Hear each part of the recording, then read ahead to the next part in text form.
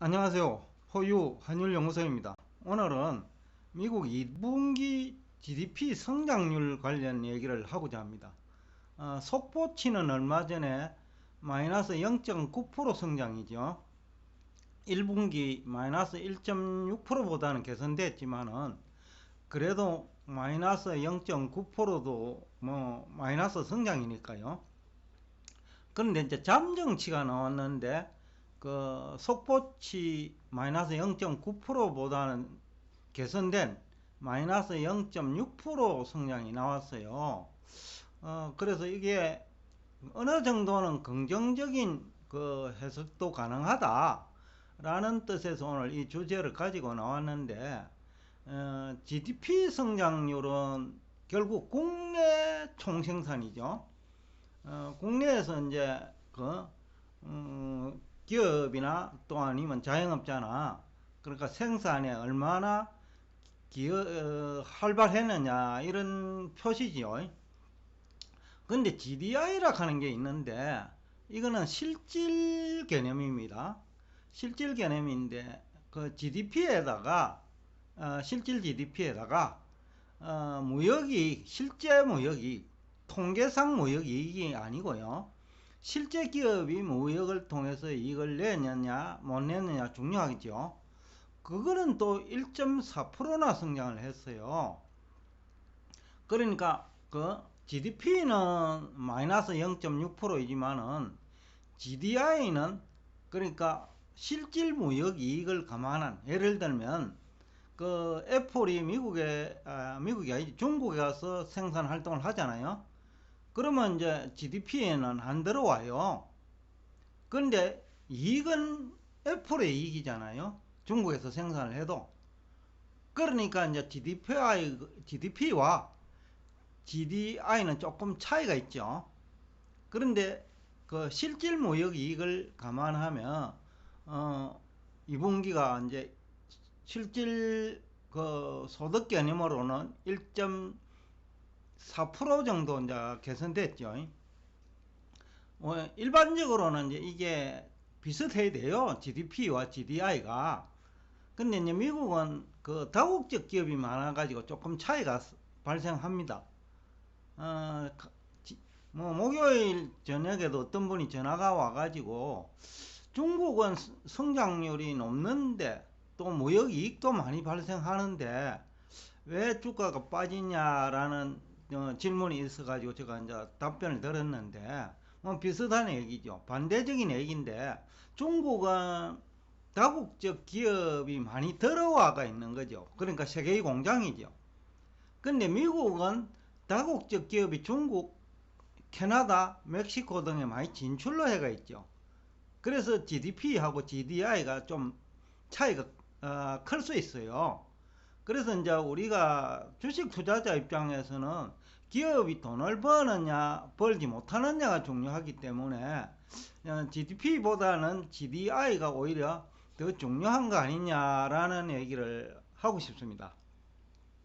일단은 이제 미국 GDP 기준으로 2분기 연속 마이너스 성장을 했으니까 실질적으로는 경기 침체 아니냐라는 것이 대체적인 시각이죠. 그런데 이제 GDI 기준으로 보면 일본도 이게 비슷해요. GDP는 좀 성장률이 낮지만 GDI는 일본도 미국처럼 그 성장률만큼이나 나쁘지는 않아요. 그래서 이제 일본 주가가 오른 이유기도 한데, 그러니까 GDI 기준으로 보면 그 경기 침체가 아닌 거죠. 아직까지는. GDI는 어떻게 계산을 하느냐 하면 실질 GDP에서 실질 무역 손익, 무역 통계가 아닙니다. 무역 통계하고 기업이 이제 실제 이익을 보는 그런 개념이니까 조금 다른 개념이죠. 그러니까 실질 무역 손익을 합한 개념이죠. 그래서 이제 기준금리 인상에도 불구하고 잠정 GDP가 0.3% 정도 그 속보치보다 개선되고, 또 그 실질 국내 총소득이라고 하는 GDI가 개선되니까 그 GDI는 플러스 성장을 한 거죠. 그 2분기에도. 그러니까 이제 그 반도체 주식이 또 경기가 그렇게 나쁜 거나 라고 인식을 하면서 반도체 주식 대부분이 간밤에 상승을 했죠. 그래서 이제 오늘 이 주제가 의미 있는 이제 통계 해석이 중요하다. 그러니까 통계를 어떻게 해석할 것이냐라는 문제거든요. 이것들이 이제 사실상은 전문가의 능력을 이제 판가름하죠. 사실은 경제를 어떻게 해석하느냐. 어떤 분은 동일한 걸 보고 그 일본 경제가 망했다 하고, 포유 한일 연구소는 그게 무슨 얘기냐, 실업률도 뭐 가장 낮고 물가도 가장 낮고 기업 이익도 뭐 상대적으로 좋은 국가인데 왜 망했느냐, 이 해석이거든요. 그러니까 해석 차이가 다르니까 일본 주식에 투자할 거냐 말 거냐의 차이이기도 하고 수익률 차이도 나는 거예요. 간밤에 이제 전화하신 분도 목요일 날 그 얘기를 했거든요.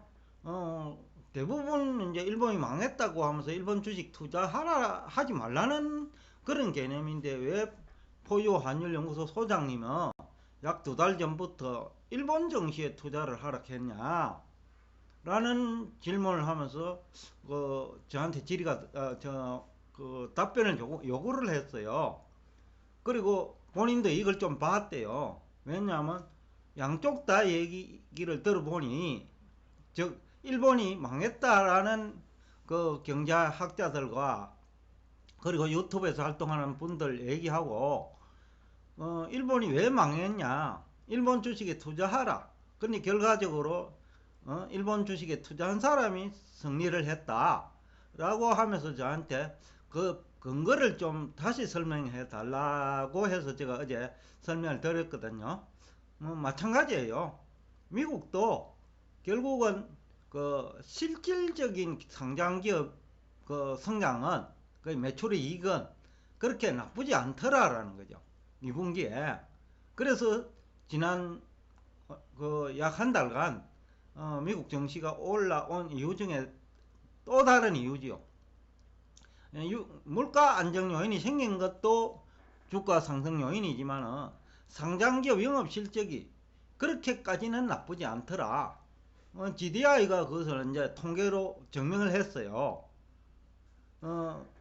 GDP는 마이너스 성장이라고 공포 분위기를 조성을 했지만 GDI를 보니까 별로 나쁘지 않더라. 그러니까 영업 실적이 그래 나쁘지 않더라는 거죠. 그래서 주가가 상승한 거다. 그리고 최근에도 공포 분위기 조성하는 것도 이제 경기 침체가 확실해야 된다, 이 얘기죠.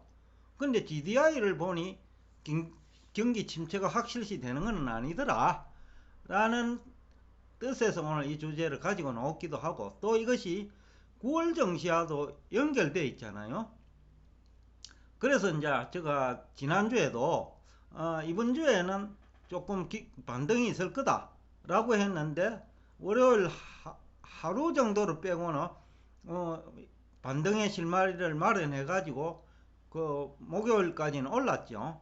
오늘 금요일인데 금요일날 이제 뭐 잭슨 홀 미팅 관련 얘기가 있으니까 조금 뭐 등락은 있겠지만은 그렇게 나빠 보이지는 않아요. 왜냐하면 이미 금리 인상은 예고되어 있는 거고, 그런데 GDI가 나쁘지 않다라는 것은 새로운 뉴스니까 GDI가 뭐 금리 인상을 흡수할 거라고 예상을 하고 있습니다. 참고로 미국 경제 성장률을 보면 지난해 4분기는 8.5% 성장했죠. 근데 1분기에는 마이너스 1.6%. 포유 한율 연구소가 연초에 1분기 성장률이 나쁠 것 같으니까 매도하자 라는 얘기를 한 이유이기도 하고요. 그리고 사실상 뭐 1분기 성장률은 나빠졌고, 또 미국 주가는 큰 폭으로 하락한 배경도 바로 이 이유거든요. 1분기에도 GDI는 그래 나쁘지 않을 거예요. 플러스일 거예요. 그런데 그 주가는 이제 큰 폭으로 빠진 거는 성장률이 너무 급격하게 둔화되었다는 거죠. GDP가. 그래서 이제 2분기까지 주가가 조정을 받았는데, 2분기 이제 GDP 성장률을 보면 마이너스이기는 하지만은 그나마 이제 조금 마이너스 상태에서는 안정을 찾고 있다. 그래서 3분기 이제 성장률이 중요할 것 같아요. 물론 3분기 성장률은 속보치도 10월 중순은 돼야 나오고 잠정치는 뭐 11월은 돼야 나오죠. 그러니까 이제 조금 어떻게 될지는 모르겠는데 시장이 얼마나 빨리 이것을 해석할지는 모르겠는데 그러나 고수들은 알아요. 한 10월만 돼도 또 9월 말만 돼도 어떻게 될지 알아요. 그래서 제가 2분기 성장률은 나쁘지만 그 3분기 주가는 그렇게 나쁘지 않다고 보는 이유이기도 해요. 그래서 제가 지난 한 2달 전부터 나스닥 100 기준으로 13,500까지는 갈 거다. 그리고 이번 주에 지난주에 조정을 받았으니까 이번 주에 올라갈 거라고 한 이유이기도 해요. 왜냐하면 3분기 성장률은 그렇게 나빠 보이지는 않거든요. 구체적인 얘기는 이건 얘기가 길어지니까 제가 8월 27일 세미나라고 해야 되겠네요. 세미나에서 좀 설명을 드리고자 합니다. 워낙 이게 이제 어떻게 보느냐가 굉장히 중요한데 지난 1년 반 동안은 제가 다른 국내 경제 전문가들보다는 정시와 관련해 가지고 상대적으로 해석을 제대로 한 것 같다. 예를 들면 지난해 3월 경이죠. 대부분 미국 주식 투자하지 말았게 했잖아요. 중국에 투자하고. 근데 저는 정반대로 중국에 가지 말고 미국에 투자하라 한 기억이 지금도 생생하거든요. 똑같은 논리예요. 원래 3분기도 그렇게 나쁘지는 않다라는 거죠. 그래서 이제 제가 7월부터 계속해서 미국 나스닥 100 기준으로 13,500원 간다. 그 얘기는 S&P도 오른다는 얘기예요. S&P 500의 나스닥 종목이 거의 106, 70개 포함되어 있으니까 오른다는 거죠. 지금까지는 맞아 들어가고 있고 또 최근에도 다 왔다라는 얘기를 하는 사람이 많았죠. 기술적 반등 끝났다 라는 얘기를 했지만 보유 환율 연구소는 아직은 멀었다. 인버스 투자하기에는 아직은 시기상조다 라는 얘기를 한 기억이 납니다. 그래서 지금 9월 정시 얘기를 하면서 제가 이제 3분기 성장률을 얘기를 했는데 그렇게는 나쁘지 않을 거다. 그러니까 9월 정시도 그렇게 나쁘지 않다 라는 얘기를 하고 싶습니다. 그리고 이제 포유 환율 연구소가 9월이 되면 정확하게 1년이 되는데 제가 한 일주일 토요일 날 강의를 하고 나서 휴가를 가지고 합니다. 왜냐하면 제가 지금 목소리 다 피곤해요. 또 세미나 하면 2시간, 3시간을 해야 되기 때문에 제가 어쩔 수 없이 한 일주일 세미나 끝나고 휴식을 갖는 시간이 필요할 것 같아요. 그래서 오늘 9월 정시와 관련된 얘기를 좀 했습니다.